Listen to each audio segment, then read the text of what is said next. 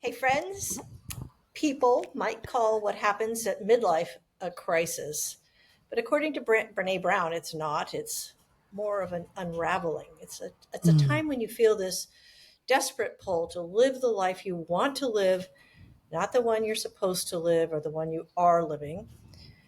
And this unraveling is a time when you're so challenged by the universe to let go of who you've become, who you think you're supposed to be, and yeah. to embrace who you are.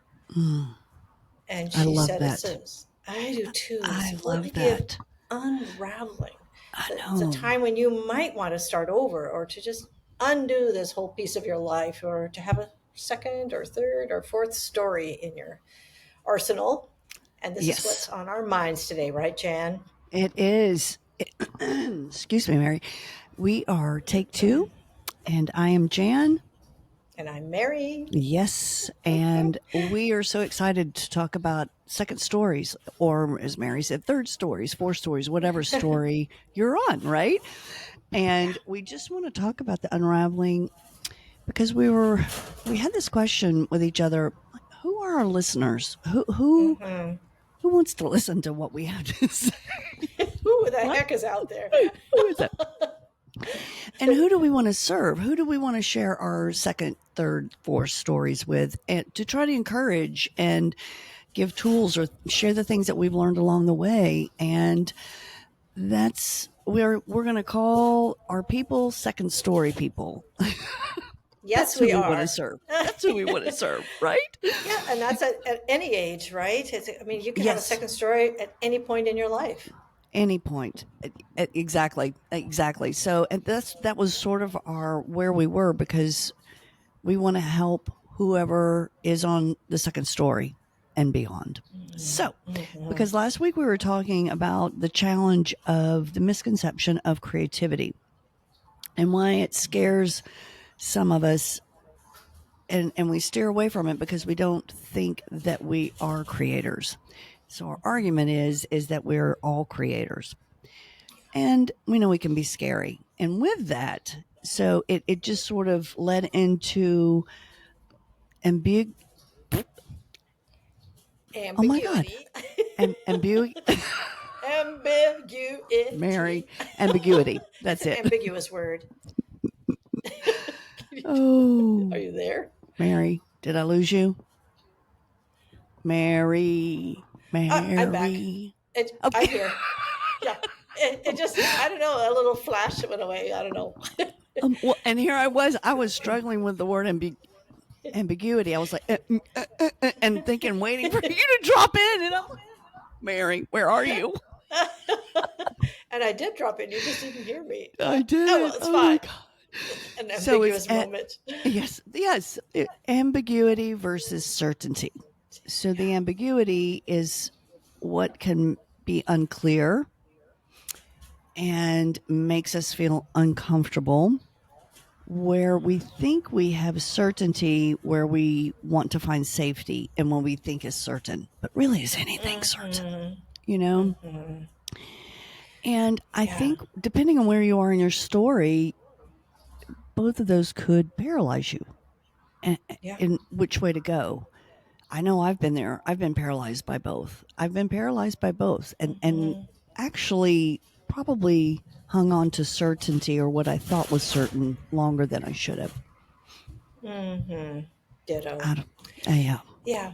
Yeah, actually this all reminded me of a story which we didn't talk about, but I have a 15-year-old granddaughter who just yesterday moved from her family's home to our extended family's home in Montana. So she moved from Washington Oh, State to Montana, wow. 15, and she's not liked school for a very long time. She's struggled a lot. She's found some pathways through it and she's doing it, but she loves horses and she's doing something that Mm, she's never done before, just to go live with people she doesn't even know. I mean, they are wow. our family, but she doesn't know them and she doesn't know this place. She doesn't know the culture of the way this family lives. And it's such a bold Wow. thing, Wow, such a that is bold bold. thing. And there's And I'm going so to say, much what part of ambiguity. Montana? What part of Montana? It's western Montana, so it's Okay. near Okay. north of Missoula. But there's so much ambiguity and uncertainty and little feels certain to her, except she has her horse with her. And so I don't know. It's just such a wonderful situation, and I know that there's a lot of fear because there's when we don't know how something's going to turn out, Yeah. we have this uncertainty of the outcome and Oh God. feeling incapable, or of course missing family, or doing things that you feel like a fool because you didn't know what to do, and all of that. That stuff's old. That's from childhood. I mean, our Yeah. childhoods, we've had those Yeah. experiences of, and then we box ourselves in, unable to do certain things. We feel like we can't do them, and we feel stuck. But we can unravel that, right, Jan? We can unravel that fear when it Oh my comes. God. It's those fucking old stories, right? That those Yeah. stories that I want to go back to because that's the certainty. That was my past. Mm-hmm. And those are the things that happened to me. And I know that, right? And for whatever reason, that gives a sense of safety. And to me, it's Yeah. like, wait, what?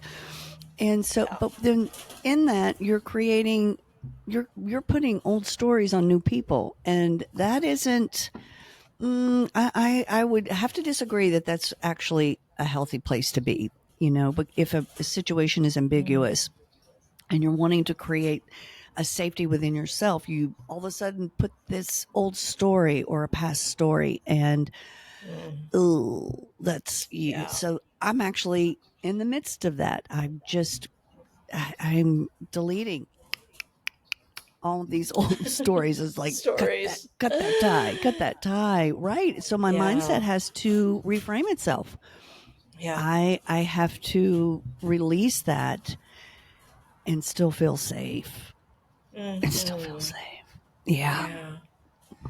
Yeah, it's really funny. I was telling you last week how ambiguity doesn't really bother me. It does Mm-hmm. bother people around me a lot because, I mean, right now there's so much uncertainty about Yeah. how things are going in our lives, Yeah. in all of our lives. But for me, ambiguity is pretty much okay. I have this double feeling of appreciating it, I and love that and so much. It yeah. inspires me. It inspires me. Maybe it's crazy, but I do feel okay with not knowing. And I'm willing to try things out, and I think I've gotten more that way as I've gotten older, that I I love feel that. more free to try stuff that I don't know how it's going to turn out, or if I can do it even. And I'm I not so invested in the outcome as I used to be. I'm much more about the whole process of getting there, like those choose your own adventure books. Remember those? Yes, yes. And that is just it. It's like, oh, that I think that's part of the certainty that we are married to the outcome. And we think Hmm. but we don't We know. don't We don't know. know. And it's okay not to know. It's okay. Yeah, but you talked about that in dance about how there isn't. I love this thought about how there isn't always ambiguity in everything in creating, right? And so you Yeah. said that in dance. That's Tell me about that. Well, for a dancer, and I feel like maybe because it's a creative art, but it's also athleticism. So you've got that mixture of using your body. So you have to create fundamentals. It has to be structured. It has to be a repetitive. There really is an ambiguity in a training process there. Mm-hmm. Excuse me. And so in that, or well, now I'm like going around and around in my head. But in the creating process, say for the choreographer or for a movement, there is ambiguity because sometimes I know when I'm creating in my head and then I place it on the dancer on a real body, it doesn't connect. Doesn't work. But then you Yeah. move, and then you move out of the Uh, ambiguity and you want certainty within the process of the musicality, the steps for your performance level. So you feel safety in that certainty to create ambiguity. that's wild. But actually, in every art form, there's that's interesting It because is. in the making there can be both ambiguity and certainty, but in Yeah. the viewing of it, the accepting it, the perceiving of it, there's a lot of ambiguity. I mean, people come with Yeah, completely different impressions. Isn't that true? Like it the is. It interpretations is. are It so.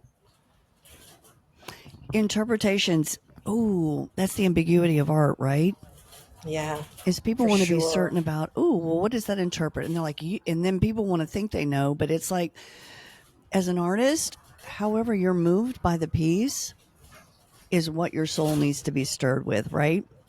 And Can who's you to imagine say? somebody? Can you imagine somebody telling you their perception of it, and you saying, "No, that's wrong.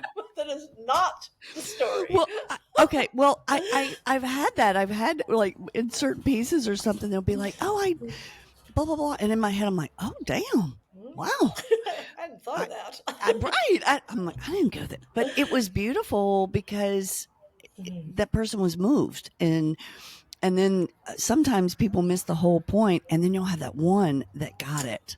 Like I had this piece I did years ago, and it was about abuse. And this woman, it was like ding ding. I'm like, oh, she got that because it was very subtle. It was very subtle in the piece. So there is that push and pull, that give and Yeah, take, that rest and wrestling with ambiguity and certainty, isn't there? yeah. What are your thoughts? What are your calls to action to help me along the way, Mary? Help me. Well, I think number one, there's no clear line between them, Yeah, and it's so ambiguous. that's an ambiguous line. Okay, so what do we challenge? What are we challenging our second story visitors, viewers, to do this I week? My challenge is I'm going to take it from my perspective and where I am, and I'm going to challenge you to find safety within yourself in an uncertain place in your life. Mm, It may not be as ambiguous as you think it is, or it actually might be more ambiguous than you right. think it is, but that's all okay. You can just let go and find it's just finding that safety within who you are. And that takes work. Hmm. It just takes sitting a Takes minute work. and listening to yourself and understanding if you're going outside to find that certainty or you can find it within yourself because you have it. You have that Hmm. certainty within you that you can do it, whatever it is, right? Yep. And let that thing that you've been hanging on to unravel a little bit and see what Yes. happens. And Ooh. we can all be more like Mary and get curious about the really I love that it's like get curious about it. It's like, oh, what is this telling me? Oh, what Mm. why am I a little having a tick here? Why am I hanging on so tight? Oh, All so right. yes, Hey, do you have your clicker clacker thingy I today? do. It's right here Oh, too. I got extra prepared for it today. super. So we just want to thank you for joining us today. We want to thank you for riding along in this ambiguous journey of ours, this podcast. It really is It, ambiguous. oh, God. And share your second story, sharing your second story. And Yeah. even if you aren't certain what it looks like or what it's supposed to be, just get curious about it and share it with us because we want to hear from you too. And to keep going, we want you to share, like, subscribe, do all the things that you know what to do to be certain that we'll be here next week, right? I'm just kidding. Just kidding. Oh my god. So anyway, so let's work on allowing the unravel. Oh god, that just makes I don't even like to say it. Where I am today. Where I am today and one day I'll tell you all the stories because it's just it's a lot right There's now. a It's just lot. it's a lot. So um but it will unravel itself. So we want to encourage you. You want to say it, Mary? No matter where you are in your life, whatever you're doing, you can always take two on your life.